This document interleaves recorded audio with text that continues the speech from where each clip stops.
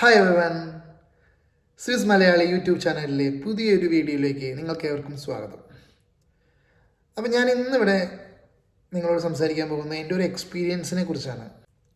ഒരു ഫ്ലൈറ്റ് യാത്രയിൽ അല്ലെങ്കിൽ ഒരു ഇൻ്റർനാഷണൽ യാത്രയിൽ ഒരു പാസ്പോർട്ട് നഷ്ടപ്പെട്ടാൽ ഉണ്ടാകുന്ന ഒരവസ്ഥയെക്കുറിച്ച് അല്ലെങ്കിൽ അന്നുണ്ടായ എൻ്റെ ഒരു അനുഭവത്തെക്കുറിച്ചാണ് ഞാൻ ഇന്നിവിടെ നിങ്ങളുമായി അനുഭവം പങ്കുവയ്ക്കാൻ ഉദ്ദേശിക്കുന്നത്. അതായത് കഴിഞ്ഞ വർഷം ഇതുപോലെ ഞാൻ സ്വിറ്റ്സർലാൻഡിലോട്ട് യാത്ര ചെയ്യായിരുന്നു കേരളത്തിൽ നിന്നും. ആ സമയത്ത് എൻ്റെ പാസ്പോർട്ട് കൊച്ചിയിൽ വെച്ച് മിസ്സായി.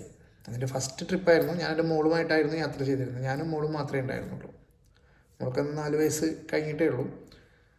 സോ ആ യാത്രയിൽ വെച്ച് കൊച്ചിയിൽ എൻ്റെ പാസ്പോർട്ട് മിസ്സാവുകയാണ്. ഫ്ലൈറ്റ് ഇത്തിഹാദായിരുന്നു. സോ ഞങ്ങളത് കൗണ്ടറിൽ പോയി ചെക്ക് ഇൻ ചെയ്ത് നമ്മുടെ ഇതെല്ലാം ബോർഡിങ് പാസും കാര്യങ്ങളെല്ലാം കളക്ട് ചെയ്തു. അപ്പോൾ അതിനൊന്നും വേറെ ഇഷ്യൂസൊന്നും ഉണ്ടായില്ല. വെയിറ്റൊക്കെ പ്രോപ്പറായിരുന്നു, എല്ലാം കഴിഞ്ഞു. അത് കഴിഞ്ഞിട്ടാണ് നെക്സ്റ്റ് നമ്മൾ ഇമിഗ്രേഷൻ്റെ അവിടെ പോയി. ഇമിഗ്രേഷനിൽ കാര്യങ്ങളൊക്കെ പറഞ്ഞു, കുഴപ്പമൊന്നും ഉണ്ടായില്ല. അവിടെയും നമ്മൾ സ്മൂത്തായിട്ട് കയറിപ്പോയി. അത് കഴിഞ്ഞ അടുത്ത സ്റ്റെപ്പാണല്ലോ നമ്മുടെ സെക്യൂരിറ്റി ചെക്ക് ഇൻ. അപ്പോൾ സെക്യൂരിറ്റി ചെക്ക് ഇൻ അറിയാലോ, കൊച്ചിയിലെ അവസ്ഥ എന്ന് വെച്ച് കഴിഞ്ഞാൽ നമ്മൾ ചെന്ന് കഴിഞ്ഞാൽ നമ്മുടെ ദേഹത്തുള്ള എല്ലാ കാര്യങ്ങളും നമ്മൾ അഴിച്ച് കൊടുക്കണം. അപ്പോൾ അതൊരു വലിയൊരു ദുരവസ്ഥയാണ്. ഞാൻ എപ്പോഴും ആലോചിക്കാറുണ്ട്, ഇത്രയും ടെക്നോളജി വർദ്ധിച്ചിട്ടും ഇന്നും നമ്മളെ ഫുള്ളായിട്ട് സ്കാൻ ചെയ്ത് അകത്തേക്ക് കടത്തിവിടാനുള്ള ഒരു ഫെസിലിറ്റി ഇപ്പോഴും കൊച്ചിയിൽ വന്നിട്ടില്ല. കൊച്ചിയിലെന്നല്ല, പല എയർപോർട്ടുകളിലും ഇല്ല. ഇപ്പോൾ നമ്മൾ കണക്ഷൻ വരിക അബുദാബി വഴിയാണ് കണക്ഷനെങ്കിൽ അബുദാബിയിലും ഇത് തന്നെയാണ് അവസ്ഥ. കുറേ ഒരുവിധം എല്ലാ കാര്യങ്ങളും നമ്മൾ അഴിച്ച് വെക്കണം. ചിലപ്പോൾ ഷൂ ഒന്നും അവിടെ അഴിക്കാൻ പറയാറില്ല. ഇപ്പോൾ അബുദാബിയിൽ നമ്മളിപ്പോൾ 2 വട്ടം അബുദാബി വഴി വന്നപ്പോഴും അല്ലെങ്കിൽ മറ്റു സ്ഥലങ്ങൾ വഴി വന്നപ്പോഴും വേറെ വിഷയങ്ങളൊന്നും ഉണ്ടായിട്ടില്ല. പക്ഷേ നമ്മൾ കൊച്ചിയിൽ നിന്ന് കയറുമ്പോൾ നമ്മുടെ ശരീരത്തിലുള്ള സകല കാര്യങ്ങളും ഡ്രസ്സ് ഒഴിച്ച് ബാക്കി എല്ലാം അഴിച്ചു വയ്ക്കേണ്ട അവസ്ഥയാണ്. അപ്പോൾ അതൊരു വലിയ ബുദ്ധിമുട്ടാണ്. അപ്പോൾ ആ ഒരു അവസ്ഥ ഞാനും മോളും കൂടി മാത്രമാകുമ്പോൾ ഒരുപാട് കാര്യങ്ങൾ കയ്യിലുണ്ട്. ലാപ്ടോപ്പ് ഉണ്ട് കയ്യിൽ, മൊബൈലുണ്ട്, പിന്നെ മോൾക്കുള്ള സ്നാക്സും കാര്യങ്ങളും ഉണ്ട്. അപ്പോൾ അത് ഒരുപാട് ഹാൻഡ് ബാഗേജ് നമുക്കുണ്ട്. അത് ഒഴിവാക്കാൻ പറ്റാത്ത സാധനങ്ങളാണ്. ബാക്കി നമുക്ക് ഒഴിവാക്കാൻ പറ്റുന്ന കാര്യങ്ങളാണ് നമുക്ക് ലഗേജിലിടായിരുന്നു. പക്ഷേ ഇത് ഒഴിവാക്കാൻ പറ്റില്ല. ചെറിയ കുട്ടിയുമായി യാത്ര ചെയ്യുമ്പോൾ കുറച്ച് ഐറ്റംസ് നമുക്ക് കൂടുതൽ കയ്യിൽ വെക്കേണ്ടി വരും. പക്ഷേ അതിലൊന്നും യാതൊരുവിധ എക്സ്ക്യൂസുകളും ഇല്ല. എല്ലാ കാര്യങ്ങളും നമ്മൾ സെക്യൂരിറ്റി ചെക്കിങ്ങിൽ നമ്മൾ അവർക്ക് ട്രെയിൽ നമ്മൾ സെപ്പറേറ്റ് ചെയ്ത് ഇട്ട് കൊടുത്തേ പറ്റും. അപ്പം അങ്ങനെ ഒരു അവസ്ഥയാകുമ്പോൾ അത് കുറച്ച് ആ സമയത്ത് അവിടെയാണ് നമുക്കൊരു യാത്രയിൽ ഏറ്റവും വലിയൊരു ബുദ്ധിമുട്ട് വരുന്നത്. അപ്പോൾ നമ്മളവിടെ ഈ പറയുന്ന കാര്യങ്ങളെല്ലാം ചെയ്തു. നമ്മുടെ കയ്യിലുള്ള എല്ലാ കാര്യങ്ങളും വാച്ച് അതുപോലെ തന്നെ mobile, power bank, laptop, shoes വരെ അഴിച്ച് നമ്മളെ കൊണ്ട് ട്രെയിൽ വെപ്പിച്ചു. മോളിൽ അഴിച്ചു. ജാക്കറ്റ് ഇട്ടിട്ടുണ്ടായിരുന്നു, അപ്പോൾ ജാക്കറ്റും റിമൂവ് ചെയ്യേണ്ടി വന്നു. അപ്പോൾ അതും വെച്ചു. ഇങ്ങനെ എല്ലാ കാര്യങ്ങളും വെക്കുമ്പോൾ നമുക്ക് എന്താണെന്ന് വെച്ച് കഴിഞ്ഞാൽ ആകെ ആ സമയത്തൊരു ഹരിബറിയാണ്. കാരണം എല്ലാ സാധനങ്ങളും കൂടി വെക്കുമ്പോൾ, കുട്ടികളുടെയും കൂടി വെക്കുമ്പോൾ അവളെ നമ്മൾ ടേക്ക് കെയർ ചെയ്യണ്ടേ. എല്ലാം കൂടി ആകുമ്പോൾ ഏകദേശം ഒരു 3-4 ട്രേയിൽ വെക്കാവുന്ന സാധനങ്ങൾ നമ്മുടെ കയ്യിൽ തന്നെ ഉണ്ട്. നമുക്ക് അവോയ്ഡ് ചെയ്യാൻ പറ്റുന്ന മാക്സിമം സാധനങ്ങൾ നമ്മൾ അവോയ്ഡ് ചെയ്യാറുണ്ട്. പക്ഷേ അവോയ്ഡ് ചെയ്യാൻ പറ്റാത്ത നമുക്ക് എന്ത് ചെയ്യും? അപ്പോൾ നമുക്ക് കൈപിടിച്ചേ പറ്റും. അപ്പം അങ്ങനെ നമ്മളത് ആ സാധനങ്ങളും കൊണ്ടിട്ടാണ് നമ്മൾ യാത്ര ചെയ്തത്. അങ്ങനെ യാത്ര ചെയ്ത് സെക്യൂരിറ്റി ചെക്കിൻ കഴിഞ്ഞു. സെക്യൂരിറ്റി ചെക്കിനിൽ നമ്മൾ ഈ പറയുന്ന പോലെ സ്കാനറിലൂടെ നമ്മുടെ ഐറ്റംസ് എല്ലാം പോയി. നമ്മളെ മുഴുവൻ സ്കാൻ ചെയ്തു. അവർ നമ്മൾ ഡിറ്റക്ടർ വെച്ചിട്ട്, മെറ്റൽ ഡിറ്റക്ടർ വെച്ചിട്ട് ചെക്ക് ചെയ്തു. എല്ലാം കഴിഞ്ഞു. നമ്മൾ ഉള്ളിൽ കടന്നു. കുഴപ്പമൊന്നും ഉണ്ടായില്ല. നമ്മൾ സാധനങ്ങളെല്ലാം എടുത്തു. അപ്പോൾ അതെല്ലാം എടുത്ത് നമ്മൾ ഉള്ളിലോട്ട് കടന്നു. ഉള്ളിൽ പോയി നമ്മൾ നമ്മുടെ ഗേറ്റിൽ വെയിറ്റ് ചെയ്യുമായിരുന്നു. കുറേ നേരം അവിടെ കുറച്ച് ടൈമുണ്ട്. നമ്മളെപ്പോഴും എവിടേക്ക് പോകുമ്പോഴും നമ്മൾ ഇത്തിരി നേരത്തെ ഇറങ്ങാറുണ്ട്. അതുകൊണ്ട് തന്നെ നമ്മൾ കുറേ നേരത്തെ ആയിരുന്നു. അത്യാവശ്യം ഒരു 1.5 hours അല്ലെങ്കിൽ 2 hours ഉണ്ട് ഫ്ലൈറ്റ് ടേക്ക് ഓഫ് ചെയ്യാൻ വേണ്ടിയിട്ട്. സോ അതുപോലെ ഗേറ്റ് ഓപ്പൺ ആയിട്ടില്ല. സോ നമ്മളവിടെ ഗേറ്റിൻ്റെ അവിടെ വെയിറ്റ് ചെയ്യായിരുന്നു. ആ സമയത്ത് നമുക്ക് ഇതേപോലെ സ്നാക്സും കാര്യങ്ങളൊക്കെ കുട്ടിയുള്ളതുകൊണ്ട് തന്നെ കുട്ടിക്ക് അവൾക്ക് വേണ്ട ഭക്ഷണങ്ങളും കാര്യങ്ങളൊക്കെ കൊടുത്തു.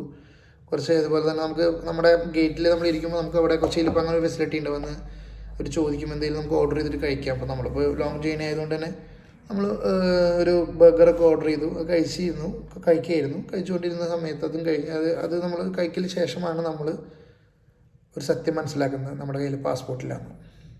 എൻ്റെ പാസ്പോർട്ടല്ല മിസ്സായത് മോളുടെ പാസ്പോർട്ടാണ്. എല്ലാം കഴിഞ്ഞു. ഇനി ഫ്ലൈറ്റിലോട്ട് കയറി വേണ്ടു. പക്ഷെ ആ സമയത്താണ് പാസ്പോർട്ട് കാണാതെ ചെയ്തത്. അപ്പോൾ വല്ലാതെ ടെൻഷനായിപ്പോയി. കുറേ നോക്കി, കയ്യിൽ ബാഗിലെല്ലാം നോക്കി, ബാഗുകളെല്ലാം ചെക്ക് ചെയ്തു.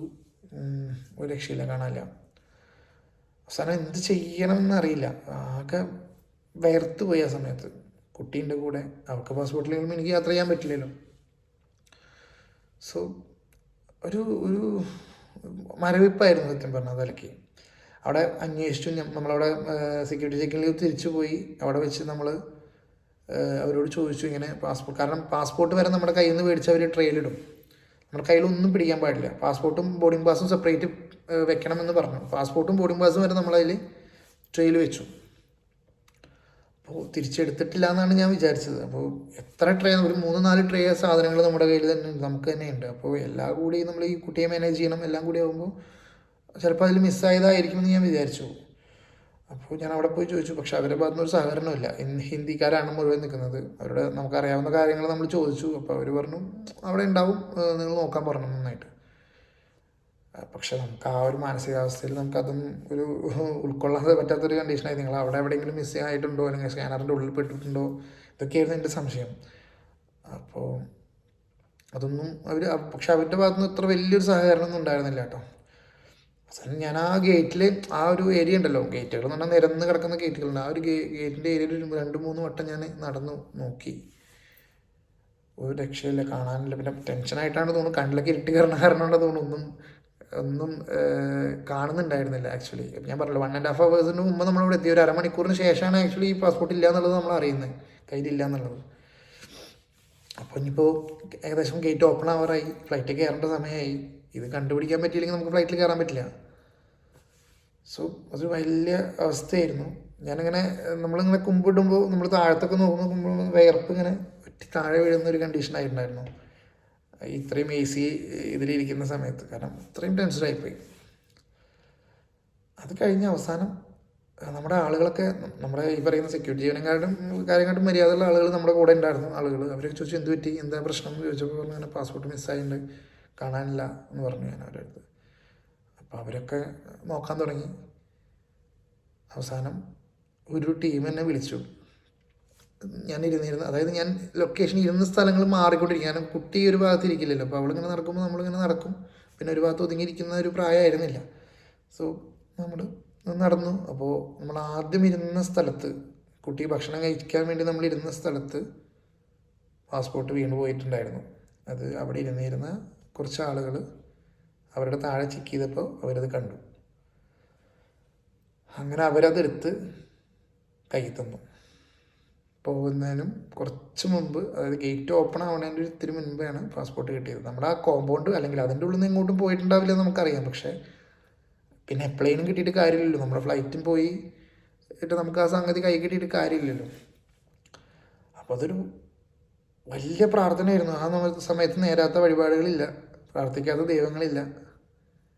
എന്തിനായാലും പോകുന്നതിന് കറക്റ്റ് ടൈമിന് മുന്നേ നമുക്കത് കൈ കിട്ടി പാസ്പോർട്ട്.